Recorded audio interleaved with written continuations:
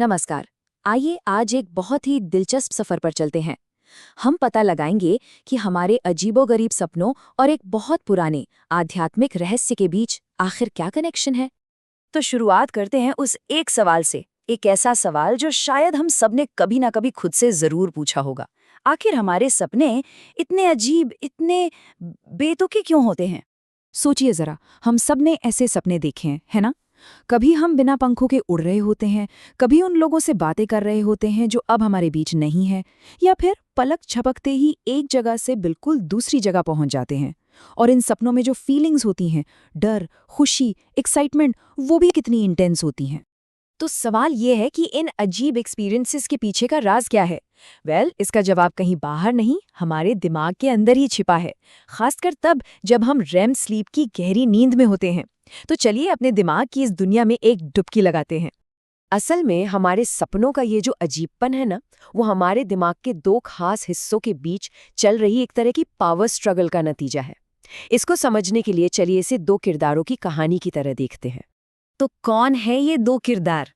यही वो दो मेन प्लेयर्स हैं जो हमारे सपनों के पूरे एक्सपीरियंस को शेप देते हैं।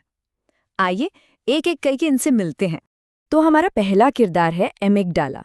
इसे आप हमारे दिमाग का इमोशनल सेंटर समझ सकते हैं। डर, गुस्सा, एक्साइटमेंट, ये सारी इंटेंस फीलिंग्स यहीं से आती हैं। और मजे की बात यह है कि सपनों के दौरान ये हिस्सा सुपर एक्टिव, मतलब हाइपर एक्टिव हो जाता है। और यही यही वो वजह है कि हमारे सपने हमें इतने ज्यादा इमोशनल और रियल लगते हैं। और अब आते हैं हमारे दूसरे किरदार पर, प्रीफ्रंटल कॉर्टेक्स, या शॉर्ट में कहें तो पीएफसी। ये हमारे दिमाग का लॉजिक सेंटर है। तर्क करना, प्लानिंग करना, क्या सही है क्या गलत, ये सब फैसले यही करता है। लेकिन, और ये सबसे जरूरी बात है, सपनों के दौरान ये हिस्सा लगभग बंद हो जाता है, सो जाता है, मतलब डीएक्टिवेट हो जाता है। तो आप सोचिए क्या होता होगा जब दिमाग का इमोशनल हिस्सा तो पूरी तरह से जागा हुआ है और लॉजिक वाला हिस्सा लगभग सो रहा है।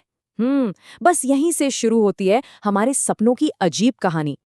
तो ये टकराव काम कैसे करता है?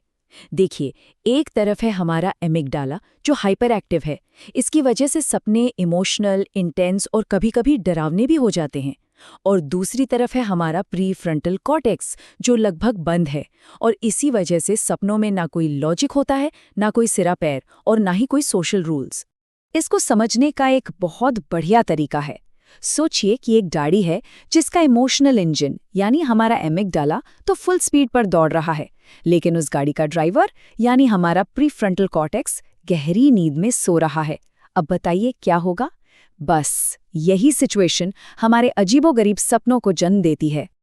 लेकिन एक मिनट, क्या हमेशा ऐसा ही होता है? क्या हो अगर वो सोता हुआ ड्राइवर नींद में ही थोड़ा सा जाग जाए? यहीं से हम एक बहुत ही एक्स्ट्राऑर्डिनरी एक्सपीरियंस की दुनिया में कदम रखते हैं। इसे कहते हैं ल्यूसिड ड्रीमिंग। ल्यूसिड ड्रीम्स में हमारा प्रीफ्रंटल कॉर्टेक्स यानी वो सोया हुआ ड्राइवर पूरी तरह से नहीं पर थोड़ा सा जाग जाता है। और जिस पल ऐसा होता है, हमें सपने के अंदर ही ये एहसास हो जाता है कि अरे, ये तो एक सपना है। और पता है सबसे कमाल की बात क्या है? ये कॉन्सेप्ट हमें सीधे साइंस से स्पिरिचुअलिटी की दुनिया में ले जाता है। क्योंकि जिसे आज मॉडर्न साइंस लूसिड ड्रीमिंग कह रहा है ना, उसका जिक्र हजारों साल पहले हमारे योग शास्त्रों में मिलता है। चलिए योगी के इसी रहस्य को समझते हैं।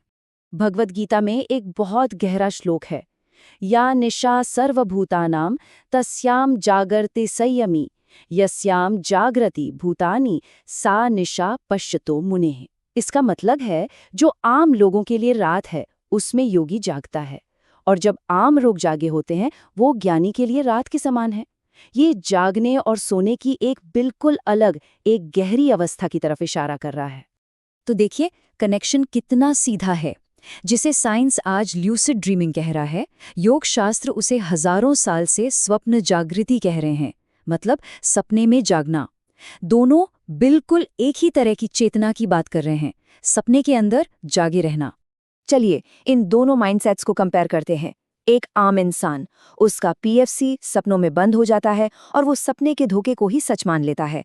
लेकिन एक योगी अपने अभ्यास से साक्षी भाव बनाए रखता है, मतलब वो एक न्यूट्रल ऑब्जर्वर बन जाता है। उसका पीएफसी थोड़ा बहुत एक्टिव रहता है और वो ये जानता है कि जो चल रहा है वो बस एक दृश्य है और वो उसे देखने वाला दृष्टा है। तो इस पूरी बातचीत का निचोड़ क्या है? देखिए, ये सिर्फ सपनों के बारे में नहीं है। ये बात उससे कहीं ज्यादा गहरी है।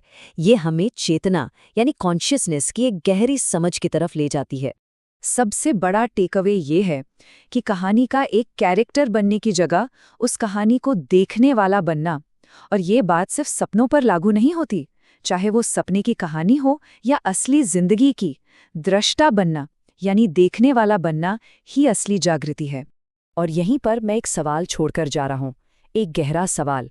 अगर कोई इंसान सपने का दृष्टा बन सकता है, तो क्या जीवन का भी दृष्टा बना जा सकता है? इस पर सोचिएगा जरूर।